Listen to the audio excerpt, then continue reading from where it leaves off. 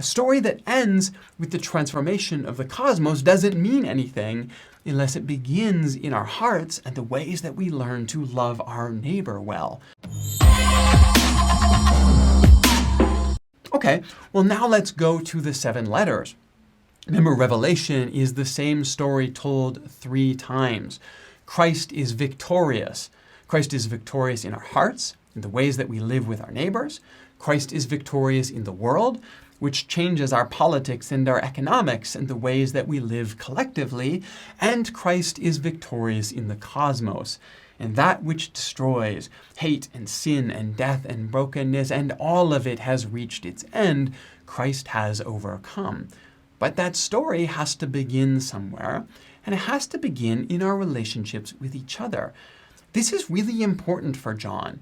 A story that ends with the transformation of the cosmos doesn't mean anything unless it begins in our hearts and the ways that we learn to love our neighbor well.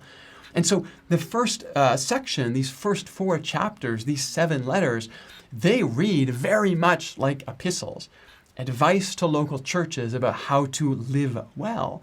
But they are still very much part of an apocalyptic imagination. And I want to show you how that intersects. Both the localization of how these 7 letters find purchase in specific communities and the way that that calls to a larger experience of what it means to be human that we can tap into some 2,000 years later. So let's look specifically at one of the letters. I'm going to go to chapter 4 here, the last letter, the one to Laodicea. And I'll use this one because I think it's got one of the lines that's the most iconic. It says this, "I know all the things that you are neither hot nor cold. I wish that you were one or the other. But since you are lukewarm, neither hot nor cold, I will spit you out of my mouth." We've probably all heard that line at some point. We may have even heard terrible sermons suggesting that God would rather you back away, never come to church again, be cold, than be lukewarm. You gotta be on fire for God. That is not at all what this passage is saying. It says this, "You say, I am rich and I have everything that I need. I do not want for a thing. You don't realize, though, that you are wretched and miserable and poor and blind and naked." Poor and blind and naked. These are important. Keeps going. "I advise you to buy gold from me, gold that has been purified by fire, then you will be rich. I also advise you to buy white garments from me, so that you will not be shamed by your nakedness, and to buy ointment for your eyes, so that you will be able to see." All of these are very specific references to the economy of Laodicea. Laodicea are not persecuted. They're doing quite well. And the reason they're doing well is because of 3 particular drivers in their economy.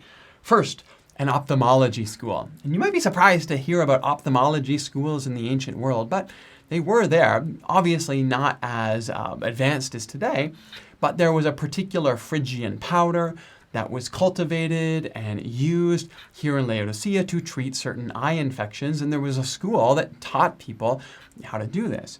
Second, there was a clothing economy that was built around a particular wool that came from a particular sheep that was cultivated in the Laodicean area. And that created a whole economy for black wool that was exported to other cities. And finally, there was a really robust banking sector in Laodicea, largely driven by the travel that would come to the city, both for the ophthalmology school and for the wool. And because of that, there was trade, there was a lot of banking that happened, and there was a lot of people that worked in that sector. So think about the story. Laodicea is doing well. They think they're rich because they have lots of gold and banking. They have fine black clothing that they purchase and distribute, and they have an ophthalmology school that looks after people's eyes. God critiques them and says, actually, here's my suggestion. You buy gold from me, not your banking sector. You buy white garments that symbolize purity from me, not the garments you get, because they're black and they're well sought after and they're luxurious and they're popular. And that you buy salve from me to soothe your eyes so that you can see the world clearly, not rely on the Phrygian powder and the ophthalmology school that brings you a lot of money. This is the critique that is very specifically tailored to the city of Laodicea. They think they're self-sufficient, but they're not. And that brings us back to where it all starts. hot and cold and lukewarm. You see, Laodicea thinks of themselves as self-sufficient, but the truth is the city was not. They were dependent on two sources of water, one from Hierapolis, the other from Colossae.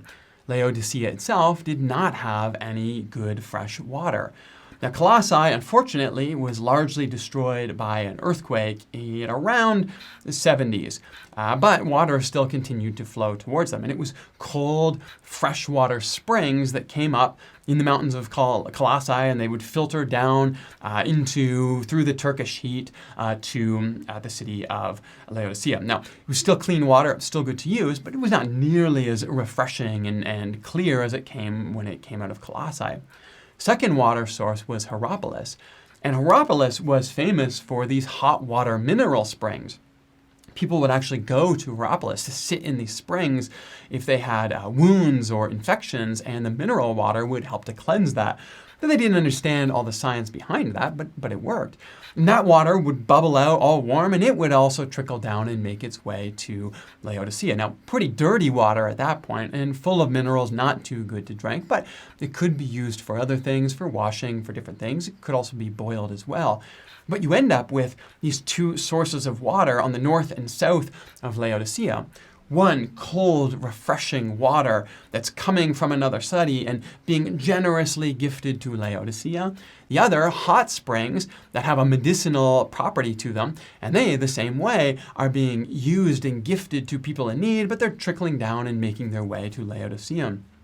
Laodicea is just where it all collects. Lukewarm and kind of gross, some of it fresh, some of it dirty, but all of it lukewarm, pooling up, just gathering towards Laodicea.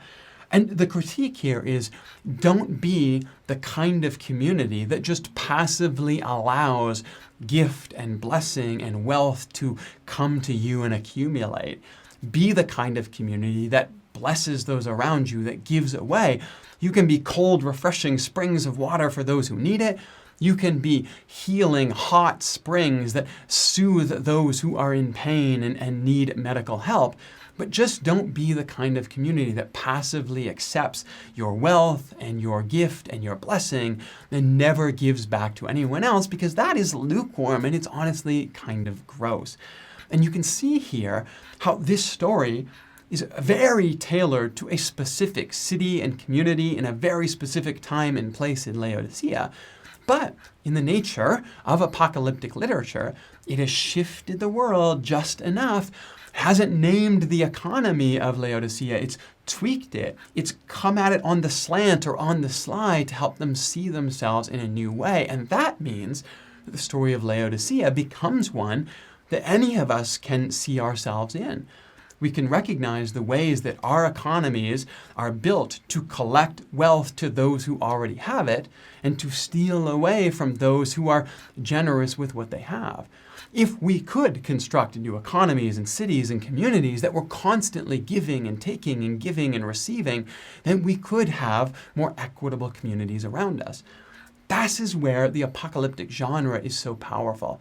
It speaks into specific moments using images and language that is tailored to the moment, but it shifts it, it twists it, it scales it up just enough that all of us for thousands of years can see ourselves spoken to here in these images and stories.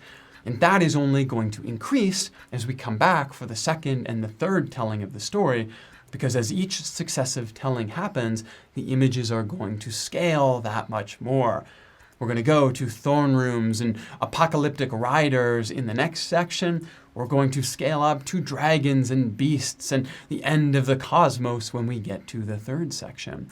But at every moment, we are using language drawn from the moment to speak to the human condition, and this is why Revelation is for all of us.